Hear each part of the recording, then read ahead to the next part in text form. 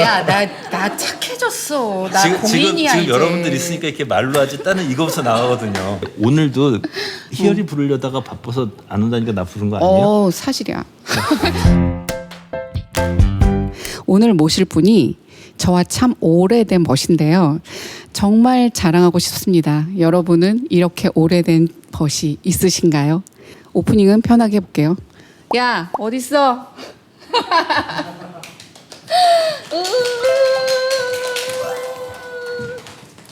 앉으세요. 네, 반갑습니다. 네, 반갑습니다. 자, 제 절친입니다. 동아방송예술대학교 실용음악과 학과장님이시고 지금 현재 재즈 드러머로서는 정말 탑 클래스에 있는 자랑스러운 친구분이십니다. 그리고 아주 장르를 넘나들면서 많은 뮤지션과 세션으로 호흡하셨는데요. 뭐 조수미 씨, 빅마마 씨, 유영진, 노영심, 박학기, 권진원. 와, 정말 잘 컸네, 내 친구. 고맙습니다, 감독님. 그리고 지금 본인 밴드도 있으시잖아요. 네, 지금 소개 좀 해주시죠. 트리오웍스라는 이름으로 그 오르간 트리오, 그러니까 오르간, 기타, 드럼 트리오 활동을 주로 하고 있고요. 뭐 작년 그 한국 대중음악상 두 부분 후보에만 올랐습니다. 상 후보에 오른 게 어디예요? 후보에 오른 것도 영광이죠, 사실. 그렇죠. 네. 저희가 처음에 음악을 시작한 건 언제였지? 중3 때 처음 중3 이제 때. 교회 밴드를 네, 교회 밴드를 만들었습니다. 그다음 고등학교 가서 제가 그 이세훈이라고 지금 MBC에 있는 그 친구가 노래하는 친구였는데 그 친구랑 같이 뭐 이름 희열이랑 저기 있어. 친구였어요. 그래갖고 희열이 그렇게 얘기하면 재미가 없지. 세훈이가 친구가 있어가지고 우리가 같이 모였는데 어떤 웃긴 애가 있었다. 걔가 누구였냐? 유희열이다. 이렇게 얘기해야지. 오늘도 희열이 부르려다가 바빠서 안 온다니까 나 부른 거 아니에요? 사실이야. 까였어, 희열이한테는. 그때 그랬죠. 그 김문정 감독이 뭐 피아노 치면 희열이가 그걸 어떻게 쳐? 그거 너 어떻게 치는 거야? 천재 같아. 그랬었죠. 네. 그리고 막 희열이 그랬잖아. 이거 내가 만든 코드다? 한번 들어봐라. 그래서 우리가 또 너무 멋있어 막 이러고. 그 희열이가 기타를 치고 노래를 불렀고 그 세훈이는 세훈이가 노래했고 그래서 저희 팀의 이름이 푸른 도시였죠. 푸른 돛입니다. 우리가 음악을 할 줄 몰랐죠, 사실은. 그랬죠. 네, 그 당시에 꿈만 음악하면 꿨죠. 네. 뭐 실용음악과가 좀 생소했었고 사실은 음악을 하려고 한 게 아니라 그냥 어쩌다가 시험을 봤는데 됐죠. 근데 사실은 그 시험 볼 때 지금 와서 얘긴데 종대가 많이 북돋아줬죠. 네, 그 시험 보는 날 저 같이 가주셨잖아요. 그랬었나요? 전철 타고 명동역에서. 와. 너 좀 착했어. 좋은 친구였네요. 네. 그리고 종대 씨는 다른 학교를 다니고 있었죠. 그렇죠. 저는 공대를 다니고 있었죠. 그때 종대가 내가 학교 갔다 오면 오늘은 뭐 배웠어? 막 이런 거 너 맨날 물어봤었어. 네, 궁금했어요. 궁금해가 있어. 음악 학교 다니는 게 되게 궁금했어요. 그러던 찰나에 이제 거의 1년을 채웠을 때 이제 그 레슨이 시작이 된 거였죠. 그래서 같이 배우셨죠. 그래서 어떻게 되셨죠? 네, 뭐 합격했습니다. 누구 때문에 합격을 하셨죠? 김문정 감독님 덕분에. 그것도 그냥 합격하셨나요? 수석 합격했습니다. 그렇죠. 네. 수석 합격하셨습니다. 네. 저는 100%의 합격률을 자랑하는 그때 그 김문정 강사였습니다. 감독에게 그 레슨 받던 분들이 많았어요. 맞아. 윤도현 씨도 그때 레슨 받았잖아요. 맞아요. 네. 일타 강사였어요. 김문정 감독한테 배우면 대학 진학률 뭐 100% 뭐 이런 분위기였죠, 진짜. 그런데 떨어진 사람이 한 명 있죠. 그게 윤도현 네, 씨죠. 떨어졌던 분이 윤도현 씨인 거죠. 네. 근데 뭐 학교의 그 학업도 되게 중요하지만 뭐 그렇다고 그럼요. 우리가 윤도현 씨보다 그 대학을 갔다고 더 잘 나가진 않지 않습니까? 그럼요. 지금 그러니까 여기서 윤도현 씨 중요한 포인트는 이걸 이제 음악하는 학생들이 많이 볼 테니까 윤도현은 떨어지고 우리는 붙었는데 그럼 뭐 고연아. 어떤 선택을 하시겠습니까? 뭐 이런. 네. 그렇지. 네, 약간 전혀 그런 거지. 상관없다. 약간 위험하죠. 지금 학과장님이신데. 아니요, 저는 늘 그런 얘기해요. 우리 학교 졸업했다고 다 좋은 뮤지션 아닙니다. 속지 마세요. 그런 얘기도 해요. 우리 이거 해보자. 그러면 오디션 꿀팁 공개. 오디션 꿀팁. 이러면 좀 약간 조회수가 좀 늘어나지 않을까? 일단 네. 블라인드 테스트인가요? 아니요, 저희는 그냥 오픈을 하고 인터뷰도 많이 합니다. 인터뷰도 하나. 네, 학교마다 좀 다르죠. 네, 우리 학교는 네, 그러면 동아방송대학교에 준해서 실용음악과를 지원하는 학생들한테 꿀팁 아니면 꿀팁? 이것은 하지 말아라 하는 거 한번 얘기해 주시죠. 꿀팁은 잘 모르겠고요. 올해 입시 심사를 보면 제가 19번째 심사를 하더라고요. 네.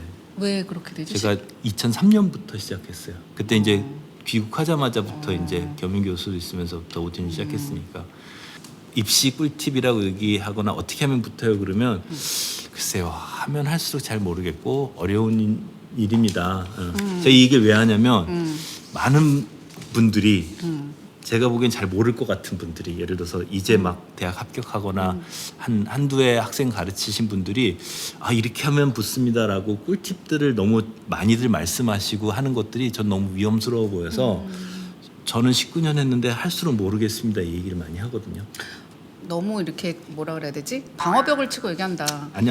이거 내 거야 유튜브. 오케이. 그러니까 얘기를 딱 해줘 그냥. 자 그러고 나서 야 이렇게 하면은 너 부르는 그게 없어 재미없어 이거 지금. 그렇게 한 다음에 얘기를 해야지. 빨리 해봐. 이게 뭐야 이게? 아 저는 뭐 그렇습니다. 이게 뭐냐? 오케이. 그래서 잠깐만. 그것만 하지 말라. 이거는 제가 말씀드렸었어요. 그러니까 절대 거짓말을 하면 안 돼요. 절대 자기가 가지고 있는 거 아니고 다 보이거든요. 보이지 않으세요? 난 거짓말 하라 그러는데. 아 진짜? 왜냐면 오디션은 1분 안에 나를 다 보여줘야 되잖아. 그러니까 내가 가진 모든 것을 다 동원해서 나를 보여줘라. 그리고 사실은 배우는 거짓말을 하는 그렇죠. 직업이다. 그러니까 배우랑 뭐냐면 연주자랑은 좀 다를 수 있겠다. 그럴 수 있겠다. 저는 이제 연주를 보는 사람이니까 연주 보는 사람 입장에서는 그거죠. 이게 입시의 당락과 관련이 있으니까 심사위원들이 이걸 좋아할 것이다.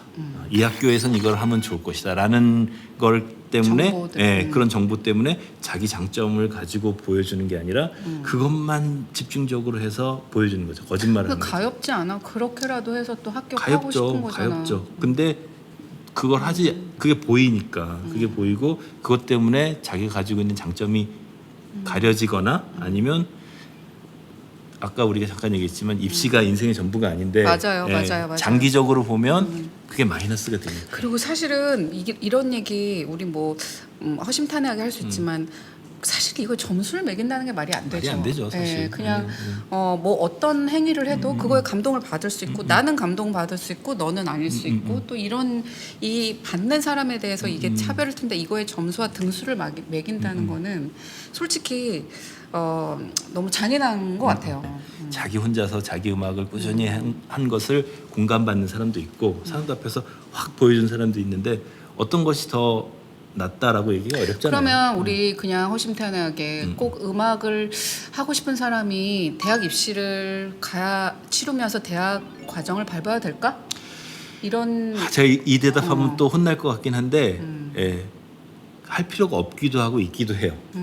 왜냐면 아니요 안 혼내요. 그거 나도 나 혼날까봐. 야 나 착해졌어. 나 공인이야 지금 이제. 여러분들 있으니까 이렇게 말로 하지 따는 이거부터 나가거든요. 편집. 원칙적으로 얘기하면 학교는 그냥 학교일 뿐이에요. 자기가 가지고 있는 거를 더 발전시키기 위해서 자기의 선택에 의해서 가는 게 학교일 뿐인데 맞아요. 인맥이나 뭐 어떤 학교의 타이틀이나 이걸 위해서 간다라고 얘기한다면 전 좀 반대하고 싶어요. 그렇지만 뭐 비슷한 얘기지만 좀 돌려 얘기하면 학교에 가서 자기랑 같은 재능을 가지고 있고 다양한 재능을 가지고 있고 열정 있는 친구들을 만난다. 이렇게 생각하면 정말 의미가 있는 거거든요. 근데 그런 생각은 들어요. 그러니까 예술은 그 공감대가 있어야지 예술로서 승화이 되는 거잖아요. 공감해 줄 수 있는 사람이 그러니까 어떤 인맥이나 인프라 없이 나 혼자서 집에서 계속 하고 있고 그게 발표가 되지 않고 들어줄 사람이 없으면 대상이 없으면 그냥 그거는 자기 만족에 끝나는 그렇죠. 거잖아요. 그러니까 학교라는 어떤 그 집합이나 그런 단체를 또 간과할 수는 없을 것 같기는 해요. 저는.